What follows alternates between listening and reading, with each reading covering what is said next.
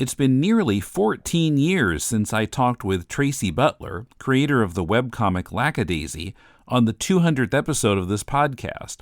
She's now a veteran of the webcomics field and recently made the move to animation with a 27-minute Lackadaisy video on YouTube.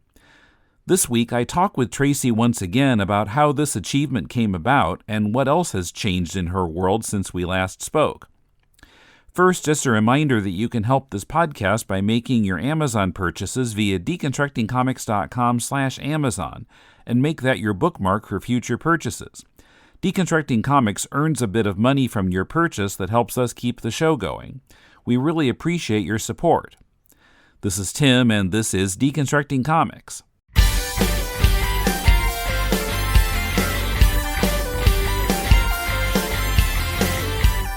Welcome to Deconstructing Comics. This is Tim in Tokyo, and I am talking with Tracy Butler in the St. Louis area. How are you doing? Hi, I'm doing pretty good. I'm a bit overwhelmed lately, but in a good way. So Tracy was on the show once, almost 14 years ago. I don't know how that's possible. Almost a decade and a half. That's incredible. Yeah, it was episode 200, and here we are in the 700s, 800s. I can't even remember right now. Wow. First, I wanted to ask you, so you create a comic called Lackadaisy, and I went back and listened to the previous episode you were on, and I kept calling the comic Lackadaisy Cats, and I think it was named that on the site, although I think the URL was always lackadaisy.com. Oh, no, it actually... It was always called Lackadaisy, but I had the URL Lackadaisy Cats. Okay. Someone else was camping on that URL, so I see. Yeah, I think the conflation came from the fact that the URL had cats in it, because that's what I could get. So at the time, but I've since acquired Lackadaisy.com. So yeah, and that's what it's trademarked under. So that is its official title. Yeah. Okay, so I had it wrong. I was just 14 years ago. I was just looking at the URL rather than the name on the website. No worries. I don't think there's another comic that they would confuse it for that's anything named like that, so not an issue. No, there's no Lackadaisy dogs out there. No. Well, so the problem making a podcast about comics is that no matter how much I like a comic series that I read for the show, I end up falling off of it because I have to read something else for the next episode. So I'd kind of lost track of your comic, and then I was stunned to learn recently that you'd put out a half-hour animated version of it. Mm-hmm. And I watched it, and it kind of blew my mind because it was so well done. And I was like, where do the resources come from to do this? So how did this even happen? Yeah, so I had kind of always wanted to do animation. That was my childhood, hyperfixation, animated things, Disney movies, Don Bluth films, Looney Tunes. And when I was working on Lackadaisy, I was always seeing it as animated in my head. Yeah, because it always looked that way. Yeah. Yeah. I kind of took those sensibilities I learned from watching those more than I took from reading comics, I think. Animation probably had more of an influence on the way I drew the comic. But I couldn't tell the story I wanted to tell as an animated thing by myself, so I approached it as a comic. It would have just been too, I maybe could have done a 1-minute clip a year or every 6 months or something, and that wouldn't be enough to tell a story with lots of characters and long form sort of thing. So comic it was, but animation remained like my one of my true loves, and I decided in I guess it was probably around 2017 or 2018, I really started thinking hard about it again and thinking, I mean, the resources are kind of there now. There's crowdfunding, and there's things like Toon Boom, which is, professional tier studio level animation software that's now just available. It used to be also proprietary. You couldn't get your hands on that kind of thing as just like an individual. You had to go work for somebody, and then they'd provide you their software. But yeah, and then somebody that I was traveling in the same circles with artistically and just happened to know and like their work and everything, happened to say something on social media that they were looking for some animation work. They were between studio gigs and, just looking to do something. And I reached out. I was like, hey, what do you think about making a pitch for Lackadaisy, just putting one together and seeing if we can do a little animated short or maybe take it further than that. Who knows? And that was Fable Siegel.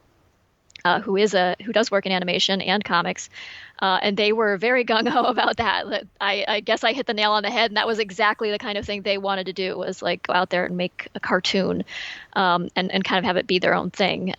So we put together a pitch, and we got some feedback from some people in Hollywood, working in animation for TV, that said, studios this looks, cool and all, but studios are very risk averse, and they're not going to want to take up something like this. They like to stick to things that are tried and true, like Family Guy style, like sitcom sort of things with animation, and things that are coming from people who are already famous. It's like you don't really have any inroads if you're just kind of a nobody who does webcomics or whatever. So we took that to heart and decided, okay, well, I guess we'll just find a way to make it ourselves and do a proof of concept. It was actually Fable spoke to Pendleton Ward of Adventure Time fame, and his advice was, nobody's stopping you from just going and making your cartoon. You don't need a studio's permission to do it. You can just go do it. And that kind of lined up with my own thoughts about like the resources being there and the crowdfunding being there. So we decided, yeah, let's do that. And then we kind of had a chance encounter with Spike Trotman of Iron Circus, which is a indie comics publisher, and they had all this Kickstarter experience that we felt would be just absolutely perfect for this thing, and they were also like super interested in the project. So she came aboard and helped us like arrange a crowdfund campaign, and we were off to the races with that. We ran that campaign kind of I don't know, maybe fortunately and unfortunately, it like the launch coincided with the COVID lockdowns that started in 2020. Like the very day that everything locked down and the stock market just plummeted, we launched our Kickstarter campaign for this cartoon about like gangster cats running alcohol and the prohibition. And we're like, oh no, that was bad timing. But it turned out okay. We actually exceeded our goal, which was, I think, $89,000 or $90,000. And we blew past that and ended up with $330,000 to work with. Yeah. Well, people were stuck at home and they didn't have anything to spend their money on. So it was probably good timing. That was our thinking, was like, maybe people just need a distraction and they want something, fun and not like, disease related to think about, Yeah. So that's how we ended up with a budget to do this. And then over the subsequent 3 years, we put together a virtual studio, did all the pre-production, and then leapt into production, hired on a lot of freelance artists, found our voice cast, had background artists working on it, musicians composing music for it. It was a full production, but everybody was working remotely. And we used a Discord server as our central hub for, organizing all of our crew together. And it was an amazing experience. It was extremely stressful and exhausting, but I wouldn't trade it for the world, because I got to work with all these incredible artists on, realizing a childhood dream of mine. So, yeah. Yeah, well, the Kickstarter must have been very successful, because, you didn't skimp on the talent. I was especially impressed with the voice acting. I thought they were all really excellent. They are all professional level people. They do lots of like top tier anime English dubs, and they've been cast in all kinds of different things. Michael Kovac does Rocky, and he's in Murder Drones and upcoming game called Billy Bust Up, and he can sing and he can be a character, like any character you ask of him. He's just great with it. And Jason Marnoka, who is just a like veteran, amazing voice. He's been Megatron and Transformers, and he's a samurai or katana man in Chainsaw Man. And lots of different parts. He has so many I couldn't even list them all. But they've all been fabulous. That's just to name two of them. I could ramble on forever about how great each and every one of them is. Like, they're just, it was an absolute joy to work with them all, and I hope we get to do more with them in the future. Yeah. A few things puzzled me.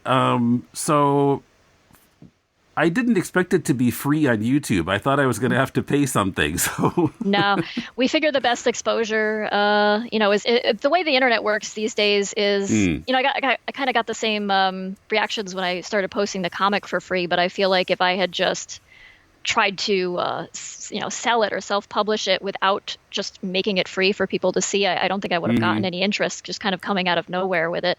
Right. Yeah. If there's a paywall and nobody knows what it is, it's not going to be very successful. Really and you kind of there's this paradigm of doing things where you basically put everything out there for people, and then you say, well, you can support me on Patreon if you want more of this.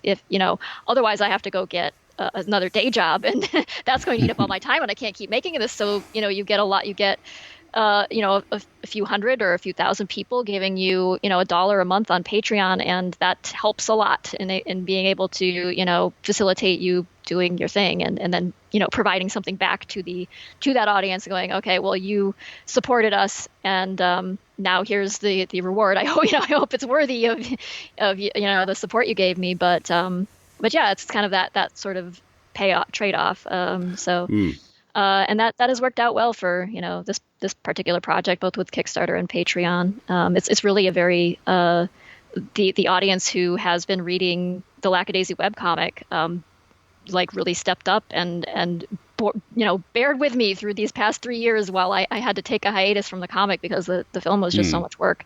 Yeah. But they stuck it out with me, and I hope they enjoyed the results, and I hope to reward them with more stuff and more content and everything as a result. So beyond the reading audience, have you gotten much reaction from people who didn't know what it was before? Yes, absolutely. And we didn't know exactly what kind of audience reaction we would get, but we knew that we had to get it out there to the broadest audience possible. And that was basically putting it on YouTube for free. We happened to hit a whole new audience of people who maybe haven't been into webcomics or are more recently into webcomics and read mostly on Webtoon and things like that, where Lackadaisy does have a presence there, but it's never been its main place. So I think a lot of people don't even know it's there. We kind of just found a whole new group of people. And then there's the comic's been around for, like you said, 14, 15 years. Yeah. That was very early in the comic when I first started it that I spoke to you initially. And over that time, people have been born and they don't know the comic. And so they're teenagers now. And now they are teenagers, and boy, do I feel old, but join the club. Yeah. But yeah, they have now, been exposed to something they didn't know existed before. And a lot of people have started reading the comic now as a result. The website actually crashed pretty hard when the premiere happened, because it just kind of got flooded with, traffic that I had a pretty small hosting service that couldn't really handle that. So, but I take that as a good sign. We had to rush to transfer the website elsewhere to, keep it going. But, overall that was a good problem to have, because it means people are visiting the site more. So, yeah. Also, I noticed, the animation also is really nice, really good, but here and there you can still see the sketches of the characters. Yeah, and was that intentional? It's fully intentional. Yes, in fact, the digital process of cleanup eliminates those innately. There's no underlying rough animation that you generally would put into the final product, because we have cleanup artists who outline everything, draw it all over again, color it, light it. The lines were added back in, and it's kind of so Fable and I grew up on the Xerox era of Disney animation and the animation process in general. It was part of the technical pipeline that they used Xerox to facilitate the cleanup process, and that caused some of the rough animation to show through. So if you watch older Disney animated features like 101 Dalmatians and Aristocats, Robin Hood, all the way up through Rescuers and things like that, you can see the kind of scratchy line work of the rough animators construction drawing underneath. And we kind of like that texture, because we felt the very polished, smooth as silk gradient look that you get with digital media, kind of just that's the easiest look to get with digital media. And I'm not knocking anything that uses it, because it's very pretty, but we didn't feel like it was right for something like Lackadaisy that has this grainy patina of time all over the top of it, even though it's kind of transitioned out of being just entirely sepia toned like an old photo. It still has that texture to it, and I really like that grit and the sense of textural dimension that adds. And so we kind of wanted something a little bit similar, a little bit reminiscent of something older, even though it's digital. And so it actually took us extra work to put those lines back in. I'm not everybody likes it. That's fine. Not everyone's a fan, but that was Fable and I indulging our nostalgia for older animation and kind of a nod to animators of yore who worked in that media and kind of made it the art form that it is today. So.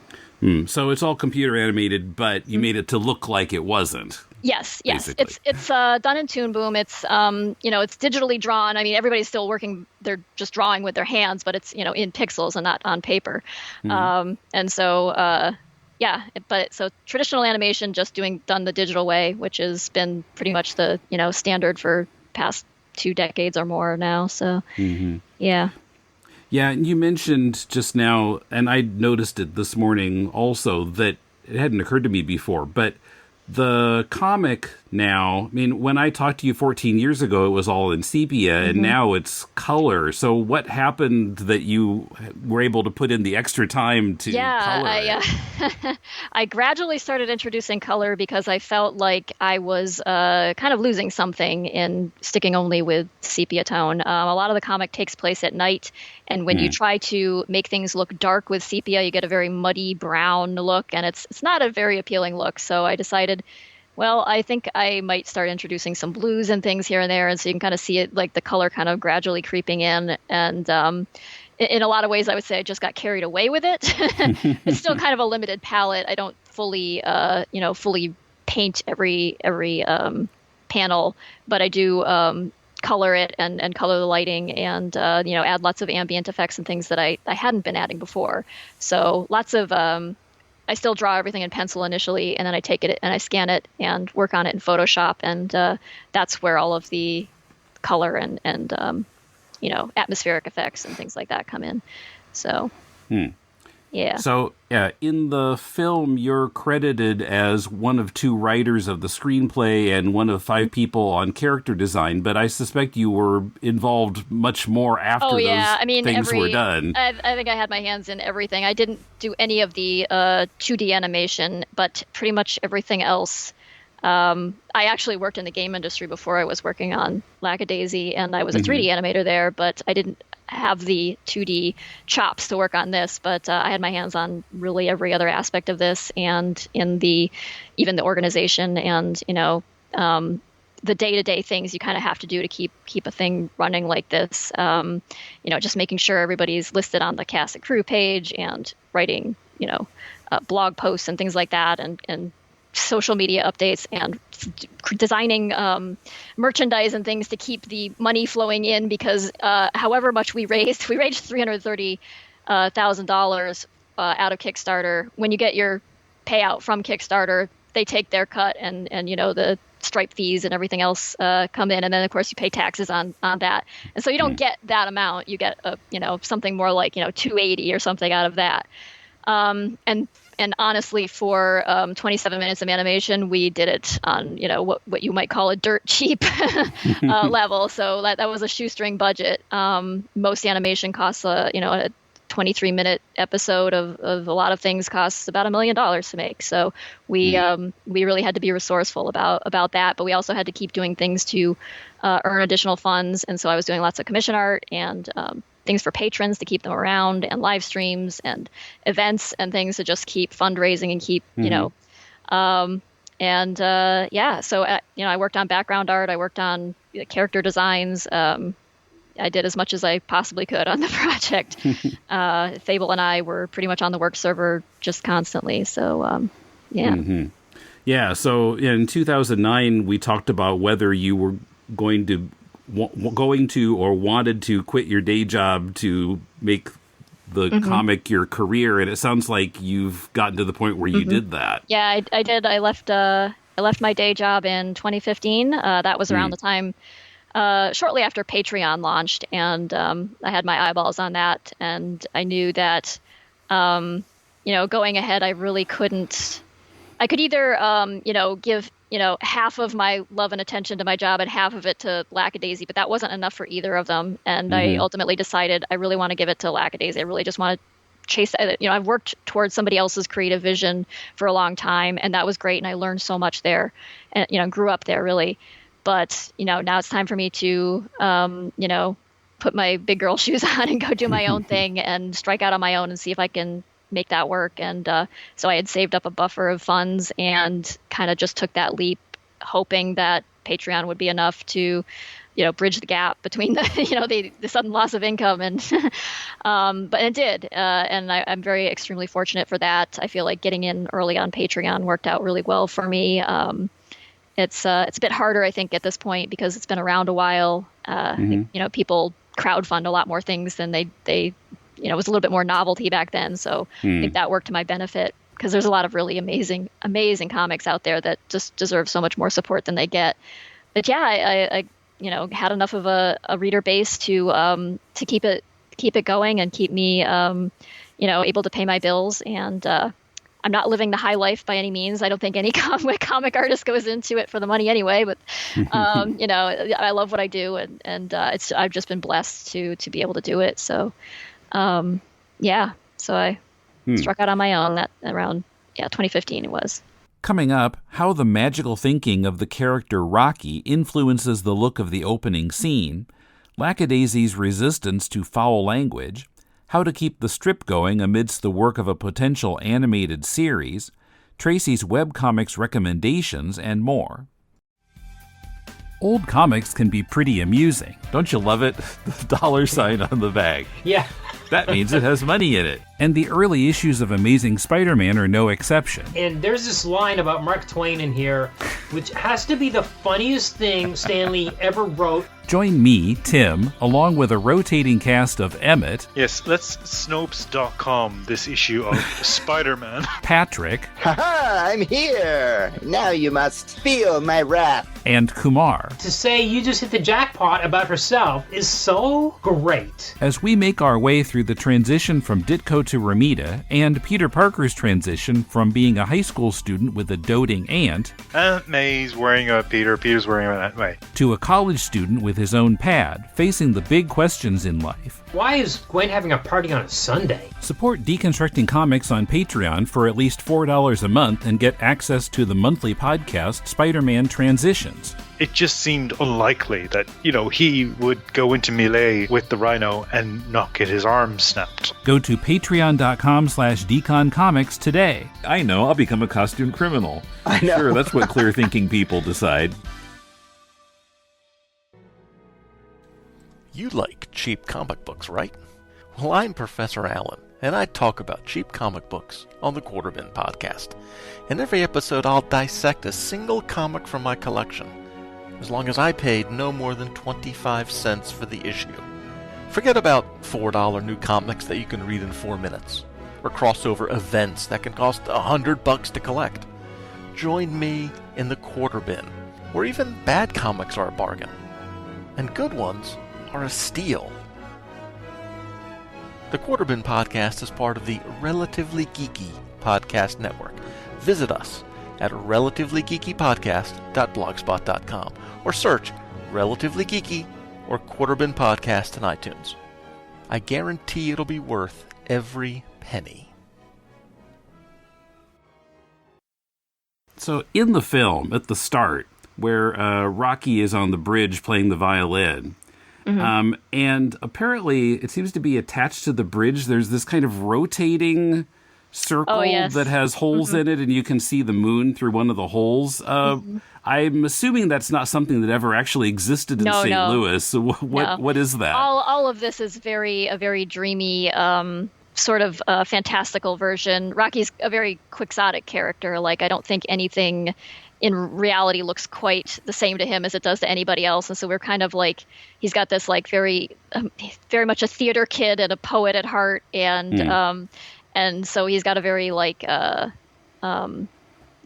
said, fantastical view of things. And so we kind of just wanted to open on something that gave you the impression of him as not quite your usual, and then it reveals that he's basically a bootlegging gangster, but kind of a unusual pairing, I guess, of I don't know if skill sets is the right word, but personality traits, I guess. But we also kind of wanted to lean into that sort of hedonistic and glorified, kind of over celebrated sense of opulence and such of the 1920s. And so to kind of tie that together with his personality type and just the sense of like human triumph that kind of prevailed at that point in time, even though they were heading for a fall in the 1930s and after. Yeah, just to kind of and to lean into the nostalgia angle a little bit as well, kind of like, films like Metropolis and things were kind of the informants for a lot of that background stuff. It's very Art Deco and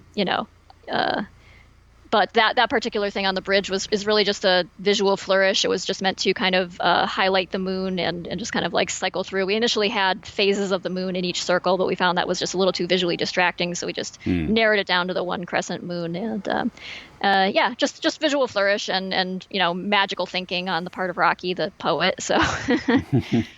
Of course, as the poem ends, everything goes back to its more dull, like, Midwest, kind of marshy forest, prairie environment. But yeah. And it struck me watching this that since its Prohibition era, possibly all the characters in the strip have broken some laws. And yet there's a clear feeling of who the good guys and the bad guys are, relatively speaking. So can you talk about that a little bit? Well, I feel like you could actually pick a side. I think they're all pretty morally gray enough, and I try to write them such that they all have understandable motivations. So they aren't just being bad for the sake of being bad. They've had a set of life circumstances that have led them down this path that weren't the best. And of course, they didn't make fantastic decisions along the way. But I hope they're still like sympathetic on some level, despite their failings, their moral failings. But I kind of really just kind of the underdog is usually the one you will end up rooting for, and they've certainly, like the trio that we're introduced to originally there, obviously like some of the core casts from the comic as well. Drive a much smaller car and have a much more modest range of weaponry and such than their rivals. And that's, kind of reflective of the exact situation that the Speakeasy finds itself in at this moment too, where they've kind of fallen from grace and are struggling now. And they've got this, much bigger competitor looming, and other problems at hand. But, just, I guess step one is surviving the night. So yeah. Yeah. So within the story of the strip, where does this animated version fall? It doesn't. I could tell it's completely separate. It's its own separate thing. So when we approached working on this, we decided we couldn't just pick up where the comic is, because I didn't want the comic to be a gateway to people watching and understanding the film, because I knew, there is a lot of overlap between animation fans and comic fans, but there's also a bit of a separation too, where a lot of animation fans are just not, people who are hanging out on YouTube are just not going to want to go read a comic that's been around for 14 years and, fill in all that backstory. No one wants to, necessarily commit to that. And maybe if they do, it'll come after they see this and are interested in it. And that's cool. But I wanted them to be able to watch and understand the basic premise of this thing without a whole lot of, prior reading. So we decided, and we also decided we couldn't just start from the beginning of Lackadaisy, because that is a much more gradual, like, introduction of characters incrementally. And we only had, initially we thought we would only be able to make this about 15 minutes long. We ended up expanding it a bit because our ambition got a little bit out of control. But even with like that amount of time, it's about the length of, 1 half-hour television episode, maybe a little bit longer than that. You generally can't introduce every single character, or every single very important character. You kind of take it step by step when you're doing a long form thing. So the pilot really just is intended to appear as though it does fit within the Lackadaisy universe. It does have all of those same conflicts. The character personalities are all the same, and their relationships are the same. It just kind of takes place in its own little time and place, kind of separate from the canon storyline of the comic. It's something that could feasibly happen, but it doesn't in that storyline. So it just introduces like all the different existing relationships, the conflict, the setting, the tone, and all the different avenues that the story can explore, all the different, story threads that we would want to, approach in taking it to a series if we're able to. So, yeah, so it's its own thing. So what would be, if it became a series, what would the venue be for that? I don't know. That really depends on if anything shakes out from this. We have more or less decided that one way or another, we're going to try to find ways to keep doing it, and we'll just have to conform to, what resources are available to us. If we get some interest from a studio wants to pick it up, that would be amazing. That would be like the ideal scenario, and we could make a season 1 series. That would provide us with the maximal amount of resources to really do it the way we want to do it. And if we don't do that and we have to self-fund it, okay, we'll do that. We've done that sort of thing before. So yeah. But we'll probably end up doing shorter episodes and may not do it as may just do kind of like exploring some of the backstory of some of the characters and things like that. And if we are able to then build up enough support that we can do a season 1, like in a proper, here's a 23, there's like, 6 23-minute episodes that comprise a full season, then we'll do that. But, whether we start there or we just gradually get there, we're going to try. So, but, you just got to kind of put your best foot forward and see what happens. And, and the premiere went well. So, if we have a chance at it, then, I think, we did the absolute best we could at showing that this has that kind of potential. So, and it does have an audience that would enjoy it. So, yeah. So I feel like we did what we set out to do in that way. Yeah. I guess I'll go ahead and ask this question. And maybe Sure. kind of an odd question, but pretty much anything that's not on network TV these days has a ton of profanity in it, and there's none in Lackadaisy. So I'm just wondering what your philosophy is of that. I don't have an issue with the profanity. I think like each thing you encounter it's going to be for somebody, but it's maybe not for you. I can understand why some people might be put off by that sort of thing. It's really not something that appeals to me. I feel like when I think of like adult storytelling, I want really rich stories that are emotionally engaging and complex, and that you can watch over and over again and pick up additional details and subtext and things. But I don't think that means that using the vulgarity and sex jokes and things like that is a problem. Like I think like there's definitely an audience for that too. It's just, and there's a lot of overlap too. Like I know that people who enjoy that kind of media also enjoy Lackadaisy. It's a different thing. It's all a different flavor. And to each their own. That's really all it is. And I thought it's refreshing. Thanks. So now that you're coloring the strip, how long does it take to make a page? Much too long. I've vacillated back and forth on, should I bring other artists on to help me do this? And because it's been such a solo project for so long. But I've, now been working with lots of different artists. If I could find a way to incorporate other people into it so that I could make it go faster, in terms of like comic updates, that'd be great. But yeah, I'm a little undecided at this point, because I feel like in some ways I want to retain that like very personal control of the comic itself, and then let the animation be a very collaborative effort. But it's also a little difficult because my process isn't quite the step-by-step, like here's your pencils, here's your inks, flat colors. I just don't work that way. And so it's hard to hand the artwork off to other people and go like, okay, you do this part now. I feel like a Marvel comic, like here's the pencils, here's the inks. Yeah, it's much more my own like, homegrown kind of not step-by-step process. I'll usually like zero in on like the, establishing shots and spend a bunch of time on those, and then I'll like approach the smaller panels one by one, and give them the attention they really need, and I'll redraw things, and I'll get halfway through doing a panel and like throw it away and like this expression is no good, I'm going to do it over again.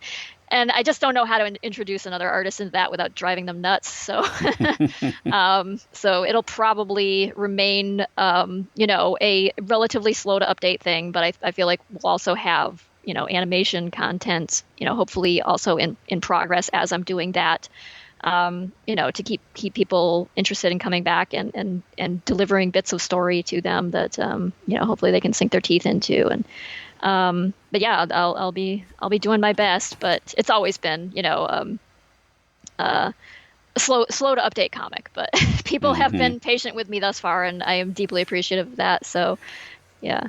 Okay. Well, yeah. So in 2009, you said you thought it would take another 5 or 6 years to finish the strip. So is it just taking longer than you thought? Oh, yes. Or? It is taking much longer than I thought. But I was also, for the record, working in the game industry for much of that time. And there were points in that history during which I was working at that job far, far more than 40 hours a week, and coming home and just, fully exhausted. It's hard to do art all day at a day job and do like, 12-hour day, 10-hour day, and then come home and then do art all through the night too, and then get up and do it again.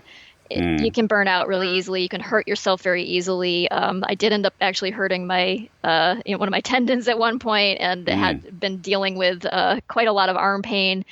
And so, yeah, you got to kind of be careful. And as you exit your 20s and you're no longer able to do all-nighters, twice a week, you just got to kind of face the reality and be like, okay, well, I'm not going to compromise on the art, so I'm just going to have to be realistic and say this is going to take me a while to finish this. So, I've got to make more realistic goals for myself. Also the art has become more involved than it was initially. Like you said, like you had pointed out, it was really just basically pencil with sepia toning on it early on, and it got a lot more detailed and colorful and sophisticated, I feel like, than that. I hope it comes across that way at least, and not just convoluted, but yeah. So have you had any time to read any other comics lately? I have not during especially the end part of production. I've been basically just a media blackout for me in terms of like no games played, no television watched, no stream. I canceled all my streaming services. I haven't watched anything in a long time. I usually end up just listening to YouTube documentaries and video essays and things while I work these days, because I just don't have the time or energy to stop and watch a whole series of a TV show, which is kind of ironic since I'm trying to make one. But it's just the way. Sometimes you just have to make those sacrifices. But there's a lot of webcomics I had been reading and enjoying. I need to go catch up on a lot of them. But if you what want were some of your favorites? Let's see. Rising Sand is one that I think is like just extremely worth a look. Like the art is just like mind-blowingly good. I'd say Unsounded is a long-running comic with like kind of astonishing world-building depth. It is very violent, has some gore and things like that. Maybe not be for all audiences, but if you just like that kind of like really in-depth world building, like that artist Ashley Cope has produced that comic consistently with incredible artwork for years now, and it's still going, and it's just gorgeous. Probably one of the best comics I've ever seen in print or on the web. I'd say Tiger is another one that I really enjoy. Very traditional looking art. I think it's a combination of traditional art and digital at this point, but really beautiful stuff about sea exploration and personal exploration, and just extremely charming characters and an art style that's like immensely appealing. Sort of the kind of art I wish I could have reined myself into and just like kept it appealing, but without like vastly overcomplicating it. I feel like, part of the art of doing comics is establishing a style that you can repeat and make, you can make the comic look good, but it's not so overwrought that it's impossible to update regularly. And I've definitely failed in that arena, but But this particular artist is just like just incredible at that. So just some of the titles I would recommend checking out. Also, Fable, the director on Lackadaisy, who I teamed up with and worked very close with on this pilot, has their own comic as well called Umbagog, which is a kind of it's a kind of a societal deconstructionist sort of thing with zombies involved, but not in the sort of like typical, what we think of maybe when we think of Walking Dead or something way. It's the monsters are very much characters themselves, and it's just a very interesting take on that genre of thing. So I would recommend that one. That's Umbagog is the name of that one. So if anyone feels like looking it up, yeah, it's gorgeous artwork. So. So I guess you're kind of waiting to see what happens with the film, but what's coming next from you? Just more of the strip? Yeah, I've got kind of inundated. So the premiere was just a week ago, and we've had quite the influx of correspondences, and I've been setting up lots of meetings. I've got very pleased to hear from you again and be able to do another little interview with you, but I've got lots of others to do as well. And I've got patrons to deliver art to. We've got Kickstarter backers who are still waiting. We're making a making of book for them because that's part of what we promised in the Kickstarter campaign.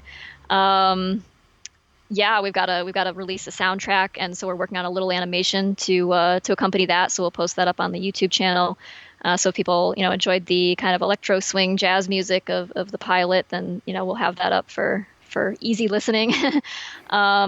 We've got another backer kit campaign coming up in the summertime, and that we've kind of transitioned out of using Kickstarter and we've moved over to backer kit. For that, but I'm going to be reprinting the book volumes in hardcover with this new publisher, Iron Circus, and releasing an art book at that time as well, and some other merchandise. We're going to try to see if we can fund a little bit more animation at that point too. So yeah, lots of things to get ready for. And at some point, I need to take a day off. It's been a while, nice. But yeah, if I could have like a weekend or 3 days or something to just cool my heels a little bit, I would love that. But then after that, yeah, I really want to just get back to making comics, and yeah, I'm eager to do that. So okay, cool. All right. Well, thanks for coming on the show again. Yeah, thank you for having me. Hope to talk to you again in fewer than 14 years. Yeah, let's do it again sometime sooner than that, I guess. Be too old for this at that point.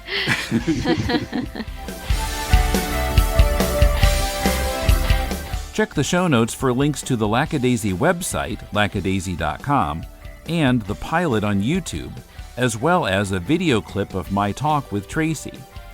If you've enjoyed this week's show or any other Deconstructing Comics episodes, tell your friends. Share your favorite episodes on your social media. You can follow us on Twitter, Facebook, or YouTube by clicking our social media buttons at deconstructingcomics.com. You can help the Deconstructing Comics family of podcasts by joining us on Patreon at patreon.com/deconcomics. And go to deconstructingcomics.com to connect to us on Twitter, Facebook, or YouTube, to shop on Amazon to support the show, and to find links to subscribe to the podcast. Our theme is by J.B. Anderton. If you're looking for some constructive feedback on your comic, send it to us and we'll critique it on our spin-off podcast, Critiquing Comics. Send it to mail@deconstructingcomics.com. Next week, Emmett and I resume our look at Jack Kirby's Kamandi, the Last Boy on Earth, covering issues 11 through 18, including more instances of Kamandi getting knocked out, crazy sci-fi ideas, issues that are moving even if you're not sure why, and of all things, a whole issue referencing a certain political scandal of the early 1970s. That's next week. Till then, this is Tim, and thanks for listening to Deconstructing Comics.